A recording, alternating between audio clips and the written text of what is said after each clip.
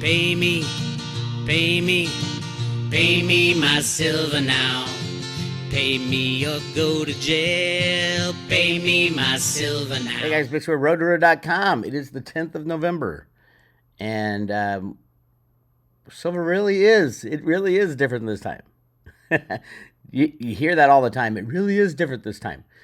The key is to go back in time when you make a statement like that and show people why it's different.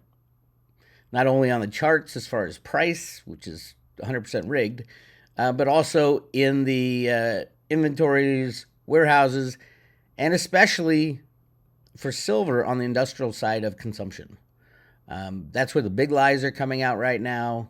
Yes, of course, the banks still have 100% control of the price of gold and silver. They always will. If you give them unlimited derivatives to do whatever they want, they'll always control the price in their favor. That's why gold has gone up 5x from its 1980 high, because they have a lot of gold. That's why silver has not been allowed to even come close to what it's doing now, all of a sudden, back to its 1980 high of almost $50. But let's walk back in time a little bit and see what happened. Why is it different now? Why do we think it's different now? Besides the industrial side of this thing is completely off the charts different. I mean, silver in 1980, you didn't have electric cars. You didn't have computers. Mini. Barely had any computers. You didn't have any personal computers. You didn't have all the electronic componentry in anything. We didn't have solar panels back in the day. There might have been some, yeah, that goes way back, but not mass produced like they are today. So a lot of what is driving the silver price on the industrial side weren't even around in 1980. Not even close. So that's part of the big difference, is when people get scared, yeah, they're gonna go out and buy silver. Some people sell their old silver jewelry and silver tea sets and things like that. But a lot of that went away in 1980. There's been some of that this year, mainly because there's such a high premium on the 1,000-ounce bars that the banks are short on the COMEX and the LBMA. That silver is going to go to whoever bought it, and the reason these people are freaking out about their shorts is that people are demanding delivery. Who are these people? Who are these entities? Probably the industrial side. The industrial side needs a hell of a lot of silver, and they will bid anything for it. They don't care.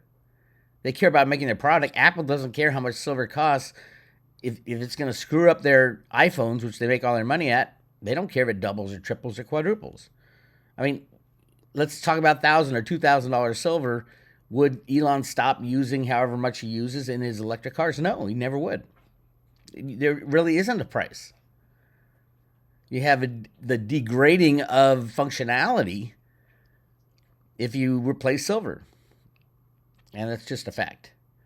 And then we have entities lying and cheating and stealing all over the place. So we're trying to get to the bottom. The root case is industrial silver is through the roof. Way more than they're telling you. I'll get to that in a second. And then now the investment silver people are starting to get interested. Was anybody scared off when silver went to $54 and then slammed back down to $46? Very few. I don't know anybody. You guys might, but I don't know anybody who sold their silver. So let's take a look at why I think it's very different this time. So let's go back to 1980. So for us right now, we've had silver breaking $50 in around October 9th, then going to hitting a low of 46 on October 28th, and now we're back up to $50. This has never happened before in history. So that's one thing. That's one reason why it is different now. So let's take a look at what happened in 1980. And I asked for, in the past 50 years, there's been two short-term silver breakouts near $50 and then fell sharply back. This year, it seems the price is not falling back sharply. What was the intraday and daily price action for the next 23 weeks? It should be 2 to 3 weeks. In silver in 1980 and 2021, right after, or 2011, right after the peak. And in 1980 silver, they went to where it is at. 1980 peak occurred January 21st with an intraday high of approximately $50.35 per troy ounce, although the daily closing price was $49. So it hit 50 intraday. and closed at 49. And then, the whole Hunt Brothers excuse, whatever they want to call it. Immediate and post peak. Prices fell sharply from the $50 intraday high, closing at 49 on January 21st, the same day. By the 22nd, the close dropped 15% to $41.55, with intraday swings likely exceeding 20% based on historical volatility. The week saw erratic action, a partial rebound to 41.50 on January 24th, but closes trended down to $38.30. So basically, it was a 1 to 2 day thing. And as soon as it hit, it didn't even close on a 50. So within 1 to 2 days, they had it in control. 2 to 4 weeks later, continued volatility, closes oscillating between $33 and $40. Overall downward trend, $15 drop to $30. And then weeks 5 through 10, acceleration lower with closes falling to $16.60 and then down to $10.80. That is pure manipulation, by the way. That would be later in March and early July. So weeks 11 through 23. They got it down to $10. That is crazy trading. That is insane. That is 100% people not knowing what the hell's going on. But it was really a monetary type of action that was going on, and the rigging, and they changed the rules on the COMEX, all this crap. All right, so that's what happened. Now let's look at the 2011 peak spike to $50, 100%. And I've written about this. I've talked about it. 100%. J.P. Morgan brought the price up from $20 to $50 and then back down to $20 within the year. And this was done by a guy named Bill Daly, who was Jamie Dimon's, called him the head of his SWAT team. Whenever there's a problem, they send guys like Bill Daly out, yes, of the Daly crime family of Chicago, to fix the problem. So they sent, J.P. Morgan had inherited the short position from Bear Stearns. They were having an issue, so they went and stuck Bill Daly as Obama's chief of staff, literally just for rigging the silver price. That's insane, I know, but it's exactly what happened. He got in, the price was $20 to $25. They brought it straight up to 50 in like a month's time, and then they slammed it, creating an artificial bear market that lasted 10 years. And then he left 1 year later, and the price was exactly where he was when he first got in. So the peak in 2011 on April 28th with an intraday high of 49.51 to 49.80. So it never hit 50. Closing at 48.70. The surge was fueled by, quantities and inflation fears. Now it's all bullshit. Unlike 1980, the drop was less catastrophic originally with a 25. That sounds like more catastrophic. So 25% plunge over 10 days. But the immediate from $49.80 intraday high closed at $48.70 on April 28th. The next day, it dropped 12% to $43 on high volume. 150,000 contracts were traded. 150,000 COMEX contracts. Let's do the math. I should be able to do this at 7.5 billion. Let's see, 150,000 times 5,000. Look at that, 750 million, and which is a lot in 2011. Now it's chump change, but in one day, in a single day, 750 million ounces dumped. They say speculators actually bullshit. 100% the rigging cabal. Steep declines to $33 by May 20th, with daily ranges of 5 to 8%, down to $38, and then 5 to 10 weeks we're down to $32, and then July through September, gradual down to the 30s, and then 28, 25, and it kept going. So that's so obviously right now, as we went down to 46 and now we're building back up, it is different. It's a different story too. You look at the government, completely dysfunctional, but mainly you look at industrial silver there was barely any industrial silver back in the 1980 days. Most of the photographic, use of silver was recycled, so it doesn't really matter. They estimate over 90%, 95% of the silver used in photography was easily recyclable. So it although it was, I think, the biggest consumer, it truthfully wasn't because of all the silver that came back. Now, where we have solar, we don't have that situation right now. It's the biggest consumer, probably 450 million ounces this year. Silver Institute won't tell you that, and I'll get to that in a second. But that shows no sign of stopping. No matter, I mean, they've been saying, oh, but it's going to slow down for the last 6 years. It hasn't, and it won't. So I want to show you. I've been posting on X that using the Silver Institute's numbers, which are given to them by Metals Focus, using those numbers based on their numbers, and when you apply their numbers to the numbers from the solar industry, the solar industry actually has to report and wants to report good news in solar. Oh, we're going up 60% this year, and 70% and 50%. But the silver used in that industry is barely going up. As a matter of fact, the Silver Institute said the amount of silver was going to go down this year. And there's two reasons why they say it's going down. One is thrifting, meaning using less silver per watt. That is happening, but not to the extent that they're talking about and that they're doing. And also, the second reason is excess inventory. And I have a problem with that. I just heard Jeffrey Christian say it for the 10th time. Yeah, but there's excess inventory in solar that is being brought into the market, so we don't have to make the solar panels. Well, here's the reality. The reality is you never reported excess inventories in the beginning when they became excess. And yes, they are excess inventories now. And yes, they are making too many solar panels. Absolutely. Capacity is over a terawatt globally now. And we're going to do 750 to 850 gigawatts. So the capacity to make solar panels is shockingly high. And they are making them, by the way. So, no, Jeff, that is not an excuse. If you use that excuse, then you got to tell me, when did you count the silver that they used to make up these inventories? And the inventory is big. From my analysis, is 904 gigawatts of excess solar capacity. It's sitting in warehouses. A lot of it, PERC modules from 3 or 4 years ago, the technology just leapfrogged it, and nobody's using them now. So they are a candidate for recycling, but it's still too expensive to recycle. In solar panels, it's sprayed on. It's a silver paste that they spray on.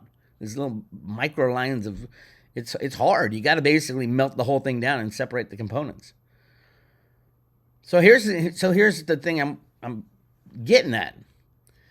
The answer from Metals Focus and Jeff Christian of CPM Group that silver is really not following the solar expansion is basically just two things.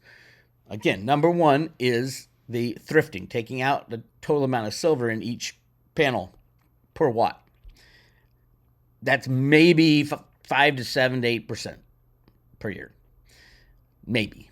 Now, there are new technologies, possibly, with the silver-coated copper and things like that. Word on the street is they last 7 to 10 years. And 7 to 10 years is not a good solar panel make. They gotta last 30 to 40 years. So I don't think it'll, in kind of mass production, will be there unless, all of a sudden we have $5,000 silver. But the other excuse is not viable. It's a lie. And yes, they are making more solar panels more than they need, and the expansion is massive.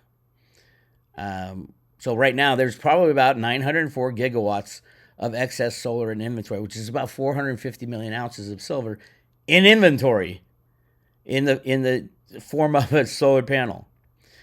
This has not been reported by the Silver Institute. This has not been reported by Metals Focus. And they admit to it.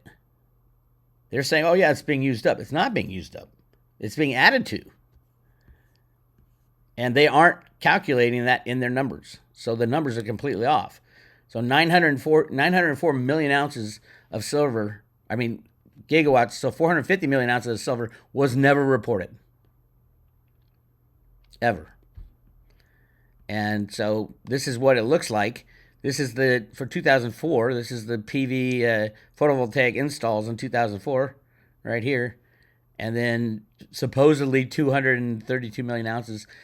That's wrong, I believe. But then you have excess inventory added for 2004, another 79 million ounces. And 2004, I mean, that would put us over 300 last year, and the Silver Institute only claims less than 200. So just glaring problems with what they have done. And then you have the total, because they build upon each other. And these warehouses keep filling up with solar panels. A lot of them are completely a bad technology that's been leapfrogged. So it might be that the only useful case for these things is to scrap them when the price of silver gets to $1,000, $2,000, $3,000. I don't know. It's just very interesting to hear the experts, Metals Focus and Jeff Christian, claim that the silver numbers aren't as high as increase as the solar panels because of excess inventories and thrifting. It's just not true. As a matter of fact, they're using more silver now per panel because of TopCon. TopCon uses about 50% more silver. And if they're claiming that, oh, yeah, but thrifting overcomes that, they're saying more than 50% thrifting, and nobody believes that. They even say it's not that. They think it's 10 to 15% thrifting. Well, if you're swapping out 50% more silver in the TopCon per watt, your math breaks down again. So massive underreporting on the silver side, and that's why we're saying things like the LBMA running out of physical silver. And we know who did it.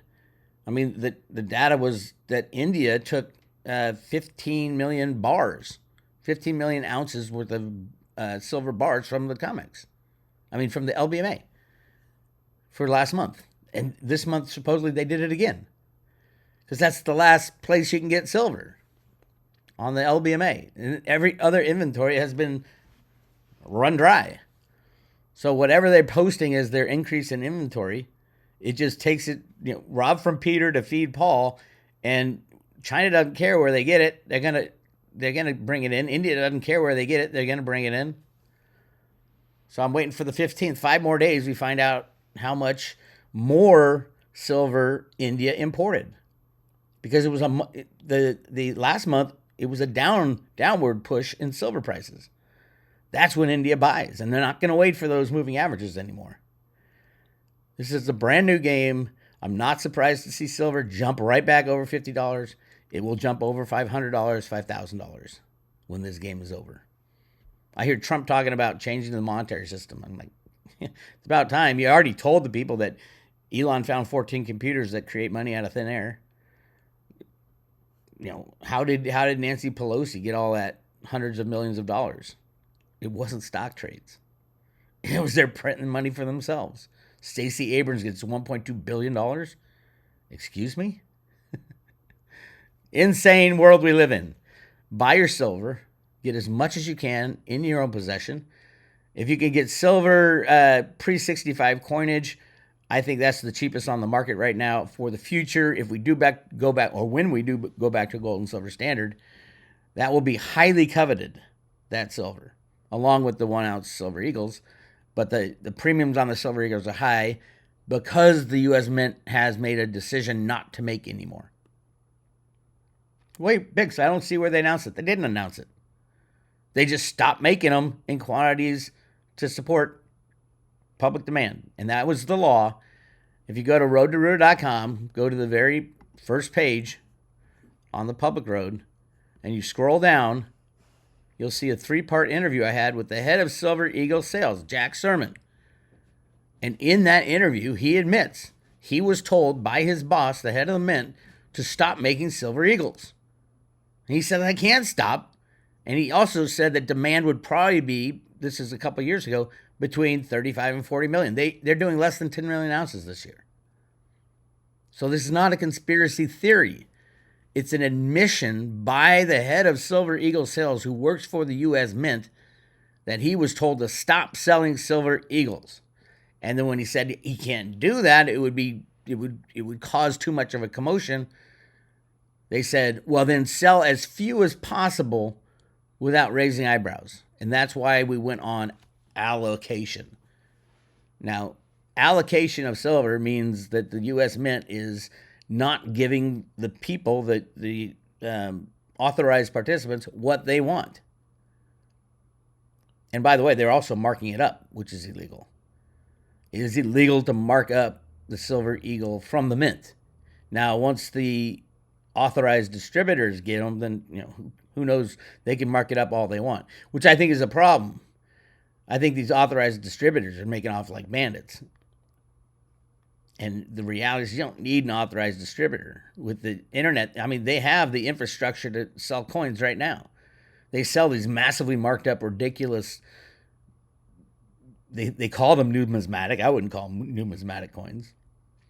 But they triple the price of silver and shit like that.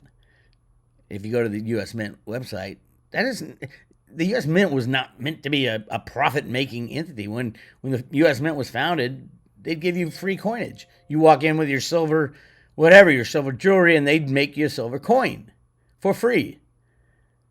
And I think that we will see that very soon when we go back to the gold and silver standard. And it will be tracked. Every coin will be tracked and analyzed. And there's many ways to do it. But not all U.S. Mint coinage is going to be treated the same. None of it, I think, will be treated the same as 1 ounce generic rounds. Those aren't money in the United States of America. When money is going to be an interesting thing to understand, Federal Reserve notes are just that. They're IOUs. Federal Reserve note. And whether or not the Fed, we know that they don't have any real money. Gold and silver, I don't even think they claim to do it. They hold it, a lot of it, for other people, which is crazy if you ask me. The whole concept of repatriating all your gold from all these countries, it was like, why would it take years to do that? Oh, you're an idiot for allowing someone else to hold your metal anyway. Anyway, so yes, we're completely different this year compared to 2011, compared to 1980 as far as what's going on with the silver price.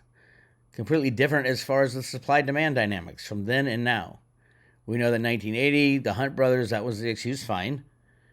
And then 2011, it was JP Morgan Chase, fine. Now what is it? Now it's industrial buyers who will pay anything to get the silver they need to make their products. Elon cares very little if the price of silver is $50 or $500. He's still going to make his cars. He might not make his solar panels for the roof. He probably still will, truthfully. The cost of silver in making a solar panel, of the hardware cost, I think is less than 12%, depending on what kind of model you're looking at. So if it doubles to $100, it'll be 24%. And we all know that solar panels are massively cheap right now. Way too cheap. There's solar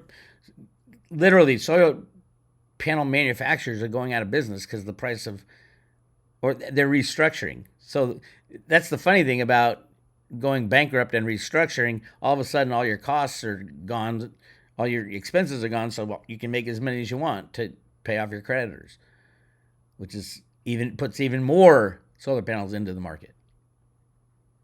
Anyway, this is all driven by China and now by India as well. And all the African countries are double and tripling their solar installs. I do like the concept that this is a savings account. When solar's $5,000 an ounce, people are going to be going on their rooftop and pulling off their solar panels and take them to the expertise refiners. There's by then, which could be tomorrow, it could be in a couple years, but the technology to recycle silver out of solar panels will be there within a couple years. It's not there right now. They're doing it, but it's more like they got to melt these things down and then separate the silver from everything else. And there's other things that they recycle out of the solar panel. But at $5,000 silver, yes, there will be a lot of recycling going on. But again, you got to think about the cost benefit of disassembling your solar panels that are only a couple years in. All this whole solar thing only started really in earnest like 3 or 4 years ago. That's when the boom happened, and all of a sudden, everybody and their mother. It was right when COVID began, is when China and everybody was like, "Oh my God, silver's so cheap, solar panels are so cheap. It is the cheapest way to make a power plant and on the massive industrial scale," and it is because they hold the prices down for so long. This is a consequence of market manipulation and price suppression. Anyway, that's what I got for you today. Keep an eye out for silver. Very excited about it.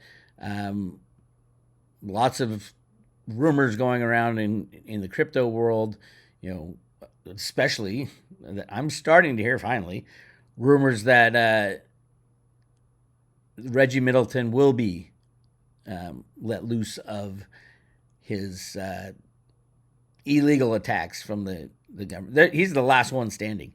They've let everybody off. They even let CZ off. Trump pardoned him. And here's a guy who invented something that will get us out of our obligations to the criminals that run our lives. Peer-to-peer capital transactions, no more need for J.P. Morgan or Fidelity or anybody else.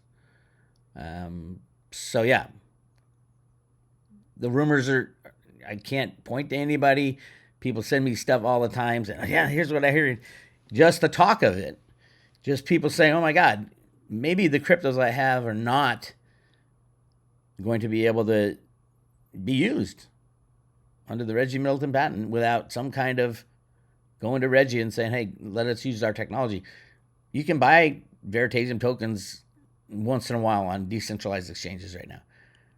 And they are exactly what Reggie sold them as, prepaid software. So yeah, as far as pricing and how many Veritasium tokens it'll take, I don't know. Remember, there's only 2 million Veri tokens that are circulating out of the 100 million. And Reggie is a co-signer. It's a multi-sig wallet. Reggie is one of the signatures that they need to unlock the 98 million and reverse the ruling that the SEC made against Reggie. And then all of a sudden he's back in business.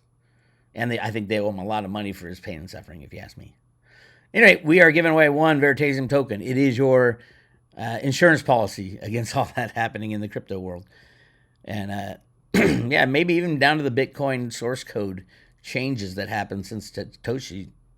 Reggie's like, this kind of violates my patent too. But, not sure how you can enforce that. That's the key, is if it really is decentralized, then it's not enforceable. But is Bitcoin really decentralized if you have a bunch of core developers who have changed it and continue to change it on occasion? I don't know. This is Bix Weir. Go to roadroo.com. I'll talk to you later.